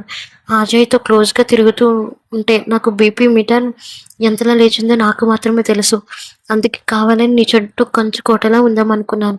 కానీ తర్వాత నేను ట్రైనింగ్లో బిజీగా ఉండి నీ విషయం నేను పట్టించుకోలేదు. 3 సంవత్సరాలు నేను చూడకుండా ఉంటే 4వ సంవత్సరం నువ్వు ప్రమాదంలో చిక్కుకావని తెలిసింది. కావాలని కేసుని టేకప్ చేశాను. సత్యమామ కూతురు అని నాకు చిన్నప్పుడే తెలిసిన నిజాన్ని నేను ఎవరికి చెప్పను. ఇప్పటికీ నాలోని నేను దాచుకుంటాను. ఒకవేళ అలా చెప్తే నీ మీద ఉన్న నిజమైన ప్రేమ కాదని నీకు అనుమానం కలిగే ఛాన్సెస్ కూడా ఉండొచ్చు. ఇప్పటికీ నిజాన్ని చెప్పాల్సిన వచ్చినా సరే నేను చెప్పను అని మనసులో అనుకుని ఎదురుగా ఉన్న సముద్రాన్ని చూస్తూ అనుకున్నాడు మనసులో. రోజులు గడుస్తున్నాయి. జైల్లోనూ శృతికి పశ్చాత్తాపం మొదలవడంతో అజయ్తో వసుంధర గారిని రిక్వెస్ట్ చేసి కేసు వాపస్ తీసుకోవడంతో అజయ్ శృతిలు కలుసుకుంటున్నారు. డ్యూటీ నుండి ఇంటికి వచ్చిన మార్కికి హాల్లో టెన్షన్గా ఉన్న ఫ్యామిలీ మెంబర్స్ని చూస్తూ అనుమానంతో చూశాడు. ఏమైంది, ఎందుకు అలా ఉన్నారు అందరూ అని గంభీరంగా అనడంతో సత్య గారు ముందుకు వచ్చి మహి మహి మహి అనుమానంగా అన్నాడు. ఎంతకీ చెప్పకపోవడంతో ఏమైంది అని గంభీరంగా అడిగినది ఎవరూ చెప్పకపోవడంతో తన పైకి వెళ్ళి మహి మహి అని పిలిచాడు. బెడ్ మీద కూర్చొని ఉన్న మహికి కొంచెం ఊపిరి పీల్చుకొని ఏ పిచ్చి ఏమైంది, ఎందుకు అదోలా ఉన్నారు అని తన చెంగులో నుండి మామిడి పండుని తీసుకొని మార్కి ఇవ్వడంతో మొదట ఏం అర్థం కాక తర్వాత అది అర్థం అవ్వడంతో ఆనందానికి అవధలేవు. వెంటనే హత్తుకున్నాడు మార్క్. అవును మార్క్, నువ్వు తండ్రి కాబోతున్నావు అని అనడంతో చాలా సంతోషంగా అనిపించింది మార్క్కి. అప్పుడే అందరూ రూమ్లోకి వచ్చి మహిని మార్క్కి విషయం చెప్పారు. రాత్రి టైంలో మహిని గుండెల మీద పడుకోబెట్టి జోకొడుతున్న మార్క్ని చిన్నగా పిలిచింది మహి. ఏంటి మరి మరి రేపో మాపో మనకి బుడ్డ పుడుతుంది కదా. అవును, అయితే ఏంటి మరి మరి నువ్వు ఇంకా మీ అమ్మని క్షమించలేదు, పాపం కదా. నేను కూడా ఒక అమ్మగా అడుగుతున్నాను, అంతేను క్షమించు ప్లీజ్ అని ముద్దుగా అడగడంతో సరే రేపటి నుండి నార్మల్గా మాట్లాడుతాను. నిజంగానా అని మెరుపు కళ్ళతో అంది. కానీ దీనికి బదులుగా నాకు ఒకటి చేయాలి. ఏంటి? చెప్పడం కాదు, చేసి చూపిస్తా అంటూ ఇద్దరికి దుప్పటి కప్పాడు మార్క్. శుభం. దీంతో ఈ సిరీస్ను మీ అందరూ ఆదరించినందుకు హృదయపూర్వక ధన్యవాదాలు.